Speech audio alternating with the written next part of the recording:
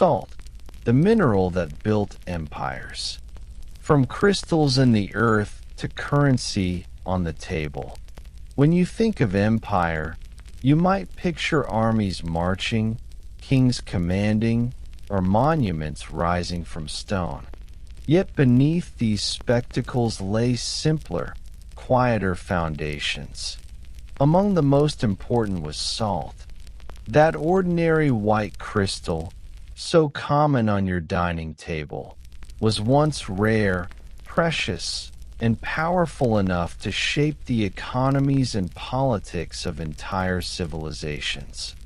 In this story, we will explore salt not as a seasoning, but as a cornerstone of history, mined, traded, taxed, and fought over for centuries. Salt as a necessity. Why was salt so important? At its core, salt is essential for human survival. The body needs sodium to regulate fluids, transmit nerve signals, and maintain muscle function. Without it, life falters. In the ancient world, before modern refrigeration, salt's other role was equally vital: preservation. Salt drew moisture from meat, fish, and vegetables, preventing decay and allowing food to be stored for months. In regions where harvests were uncertain and winters long, this was the difference between survival and famine. Thus, salt was not just a seasoning, it was life itself. Civilizations rose where salt was abundant and struggled where it was scarce.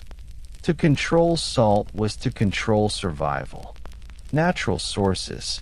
Salt comes from two primary sources, the sea and the earth. Coastal peoples evaporated seawater in clay pans, leaving crystals behind. Inland communities relied on salt mines, extracting the mineral from underground deposits formed by ancient seas. Both methods were laborious, requiring organization and labor.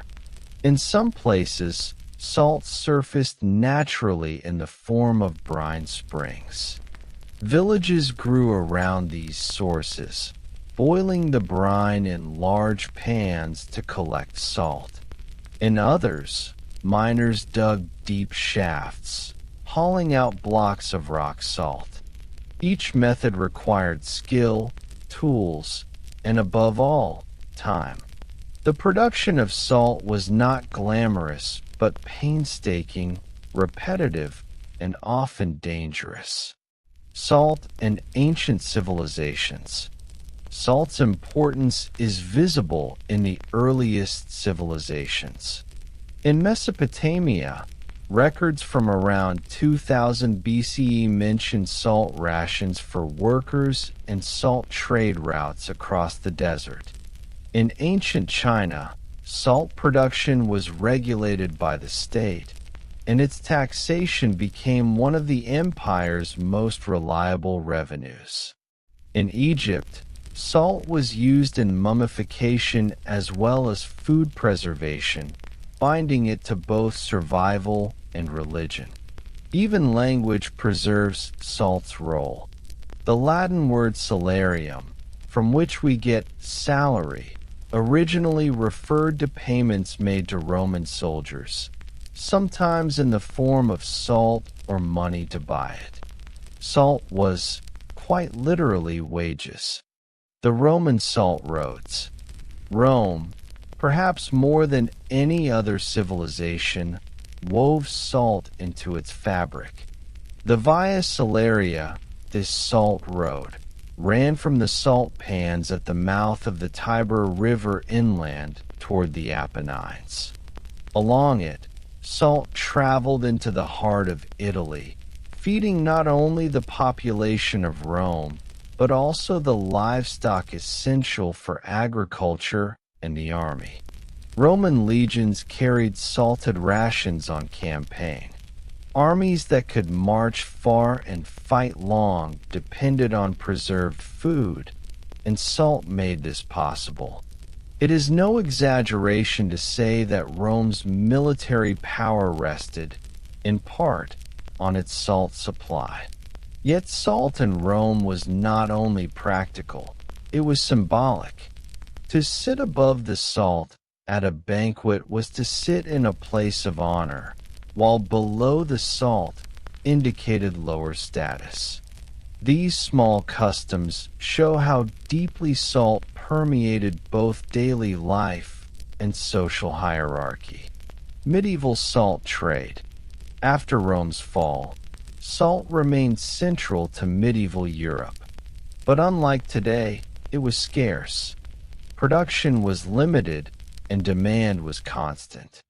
Regions rich in salt became wealthy and powerful, while those without it depended on trade.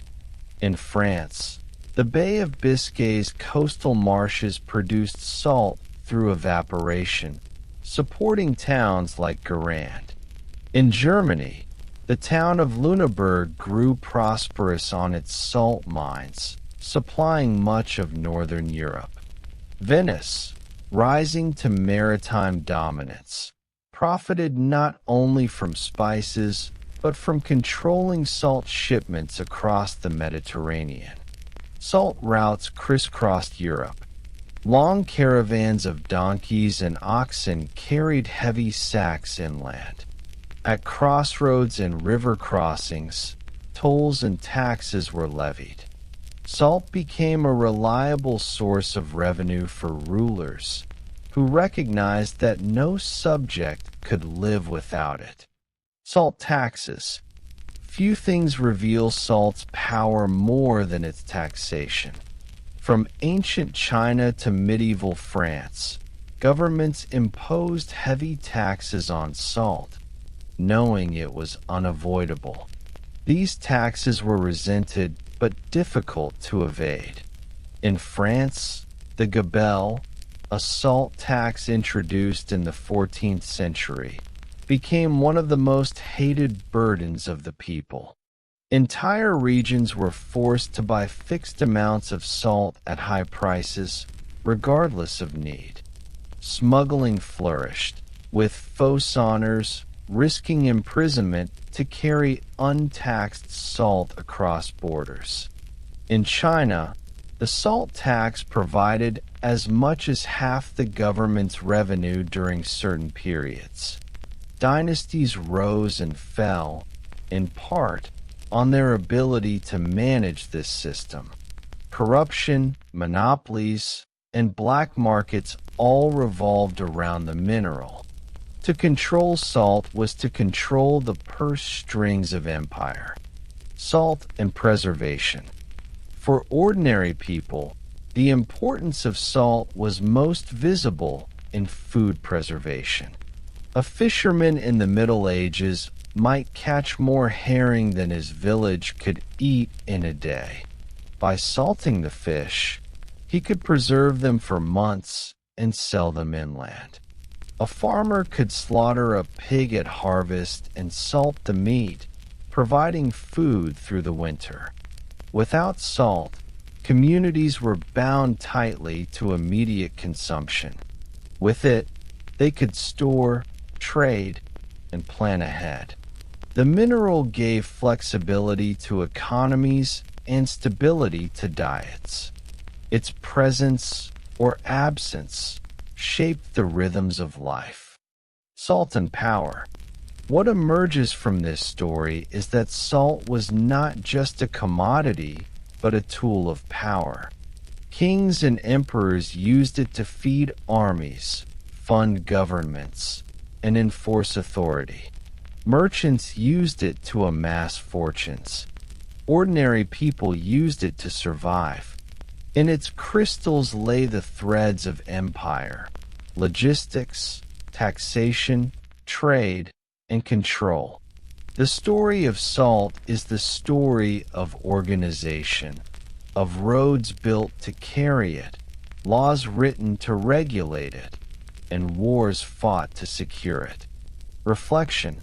And yet, As you picture the sacks of salt carried on mule trains, the brine boiled in smoky huts, or the coins exchanged at toll stations, you may find yourself wondering, how could something so ordinary wield such extraordinary influence?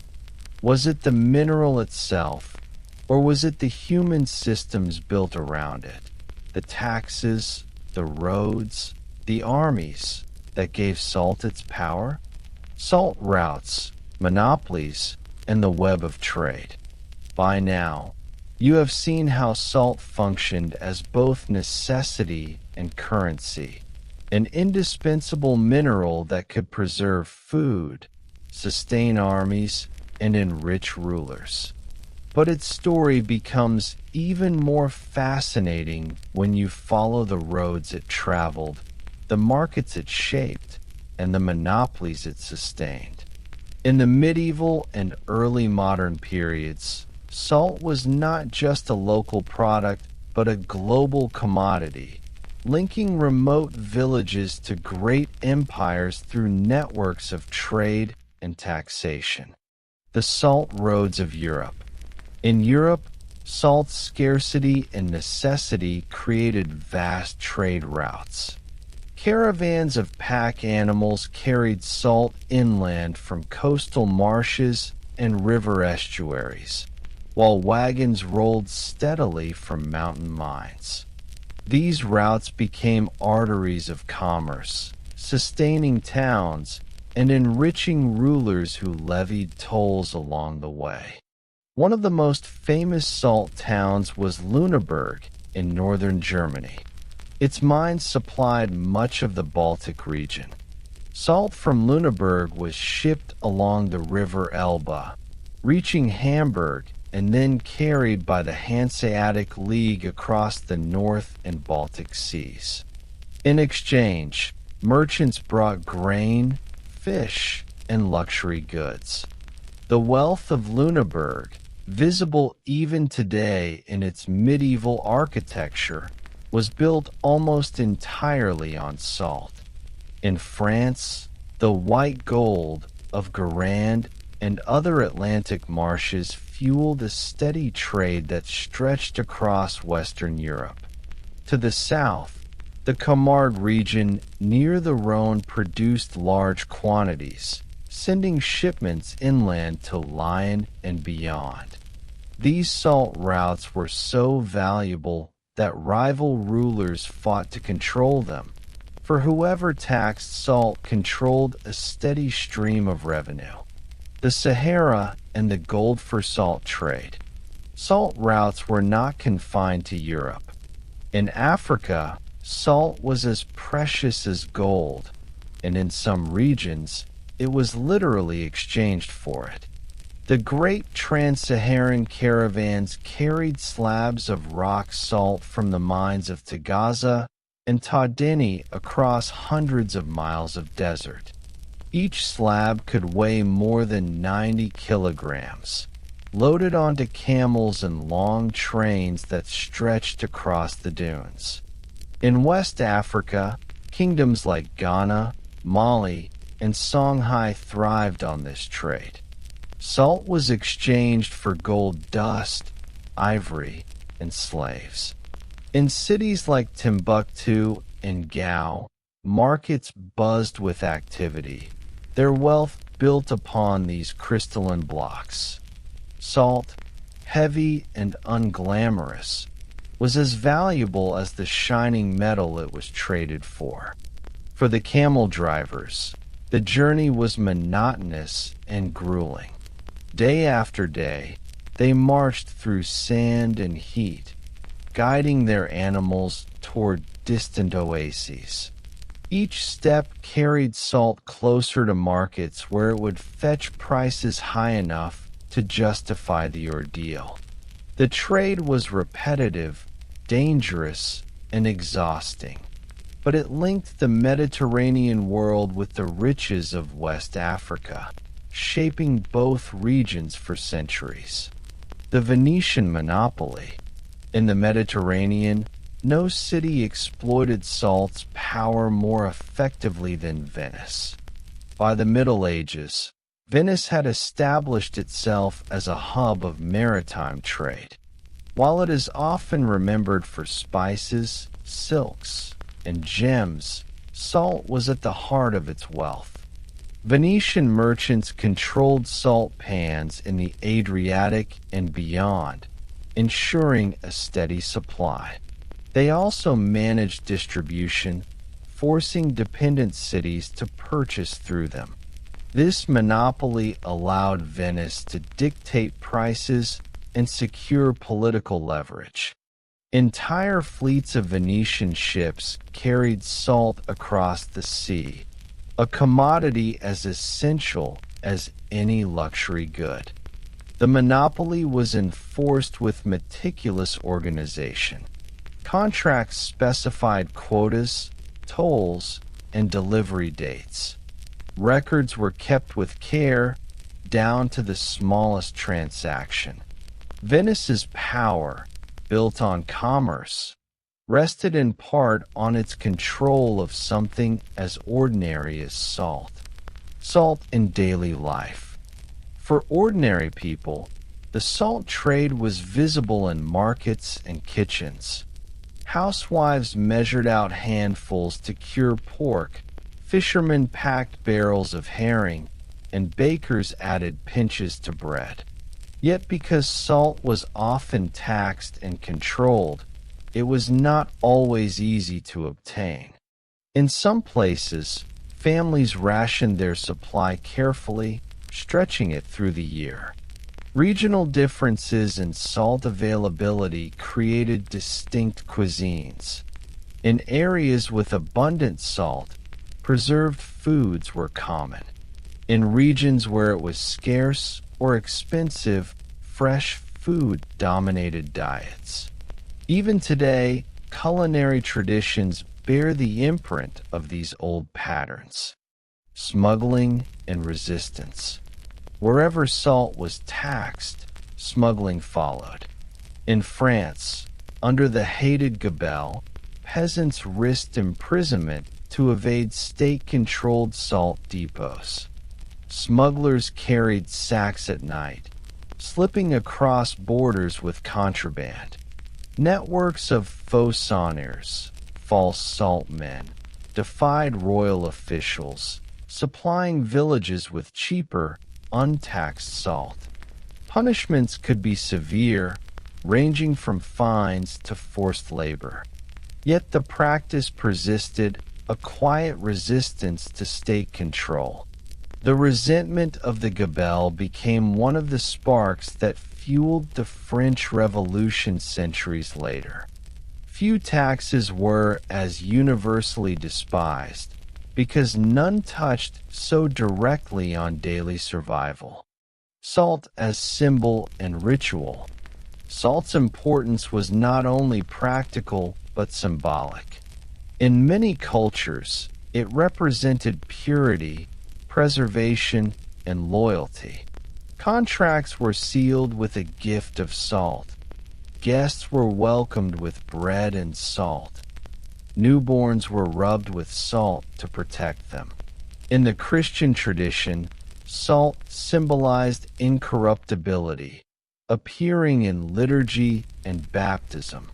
In Japan, salt was scattered to purify spaces. Across the world, this humble mineral took on meanings far beyond its chemical properties. To sprinkle salt was to ward off evil. To share it was to cement friendship. Its crystals carried weight not only in markets, but in minds.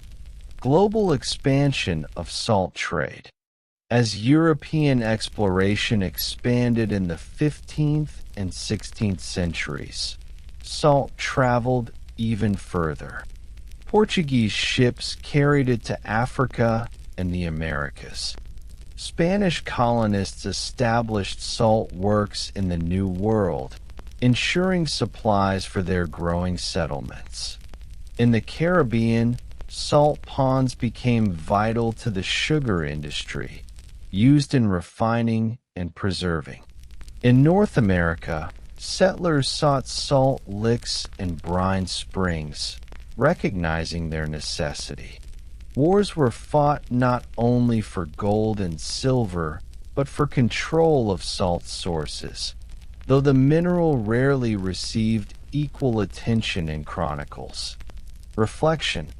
Salt's history in this era reveals how deeply it was woven into the structures of society. It fueled caravans across the desert, fleets across the Mediterranean, and networks of smugglers across the countryside. It sustained economies, provoked revolts, and inspired rituals. And yet, when you hold a pinch of salt between your fingers today, it seems so ordinary. Its abundance in the modern world masks the centuries when it was rare and precious. As you imagine the caravans marching across the Sahara or the Venetian clerks tallying shipments in their ledgers, you might ask, was salt powerful because it was essential, or because humans built entire systems of control around it? Decline of scarcity and the quiet legacy. We have followed salt from its role as a necessity of survival to its central place in trade, taxation, and empire. We have seen caravans crossing deserts, Venetian ships controlling markets, and French peasants smuggling sacks to avoid the hated gabelle. Yet salt's power was not eternal. With technological change, industrial production, and new means of food preservation, salt gradually lost its role as the mineral that built empires. Still, it left behind a legacy, etched into languages, rituals, and memories that lingers even today. The industrial shift. The decline of salt's political and economic dominance began in the early modern period and accelerated with industrialization. New methods of mining and production expanded supply dramatically. Hydraulic pumps allowed deeper mines to be drained, exposing massive deposits. Improvements in evaporation techniques made coastal salt pans more efficient. By the 18th century, salt was no longer rare in many regions. Markets that once relied on long-distance caravans now had local abundance.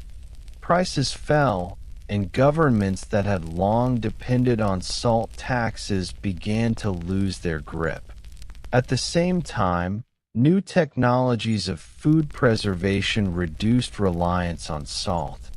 Canning, refrigeration, and freezing, developments of the 19th and 20th centuries, transformed diets.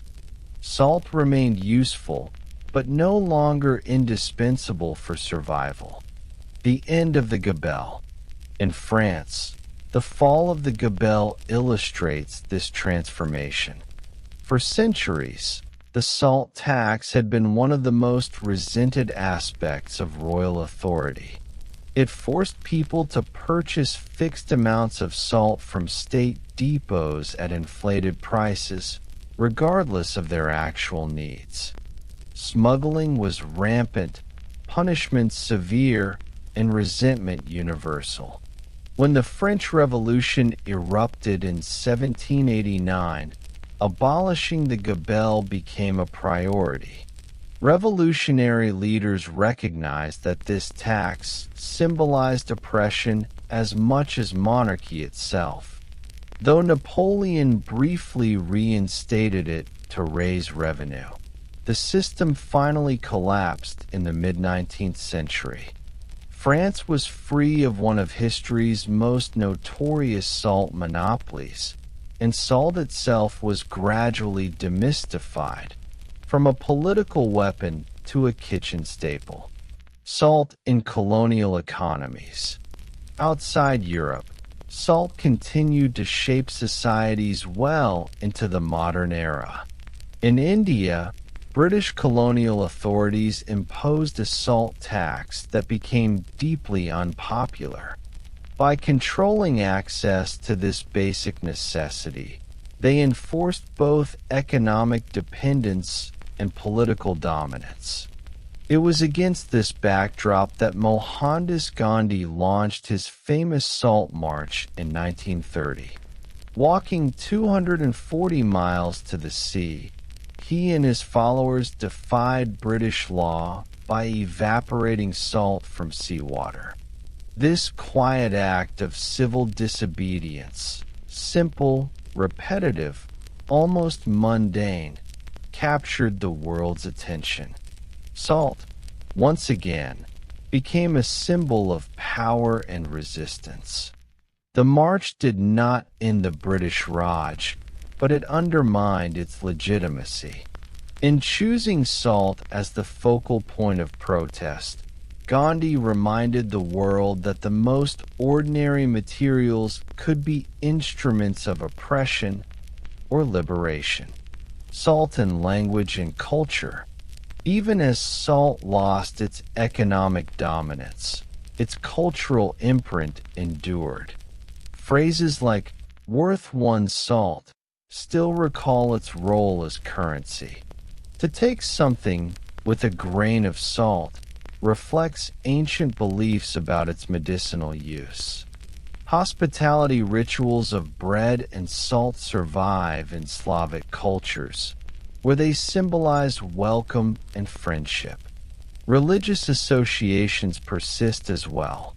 In Christianity, salt represents incorruptibility and wisdom. In Japan, salt continues to be scattered at Shinto shrines to purify space. Across the world, salt retains symbolic weight far beyond its chemical necessity. These echoes remind us that salt's significance was not only material, but also psychological. To a world once dependent on it, salt was more than seasoning. It was security, preservation, and meaning. Archaeology of salt. Archaeological studies reveal just how deeply salt was embedded in human history. Excavations at Hallstatt in Austria, one of the oldest salt mines in the world, show continuous mining stretching back to prehistoric times. Wooden tools, leather sacks, and even preserved human remains have been found in the salty depths, protected by the very mineral they sought to extract. In China, ancient salt wells and pottery brine pans testify to millennia of production. In Africa, abandoned salt mines and trade routes still mark the desert. These sites illustrate that salt was not an occasional luxury, but a constant pursuit. Entire communities organized themselves around its extraction, often repeating the same laborious tasks generation after generation. The global abundance of today.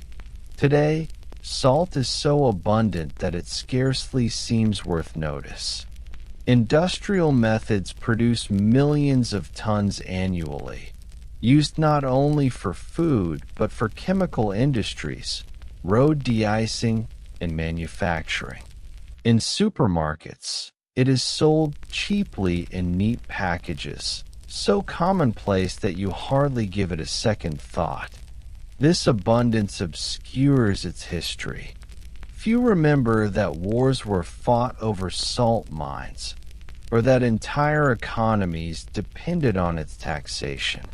The mineral that once underpinned empires has become almost invisible, and yet, without it, life itself would falter. Every human body still requires it. Every kitchen still reaches for it. Reflection. The story of salt is one of transformation. From scarcity to abundance, from necessity to symbol, from empire builder to kitchen companion. It teaches that history is not always driven by kings or battles, but sometimes by crystals dissolved in water, traded across deserts, and weighed out in markets. So when you hold a small dish of salt today, you are holding the residue of millennia of human struggle, the labor of miners in dark shafts, the sweat of camel drivers in the Sahara, the accounts of Venetian merchants, the anger of French peasants, the footsteps of Gandhi. And yet, a question lingers. If something as ordinary as salt could once command empires and revolutions, what other seemingly mundane materials around you today might hold the hidden power to shape the world of tomorrow?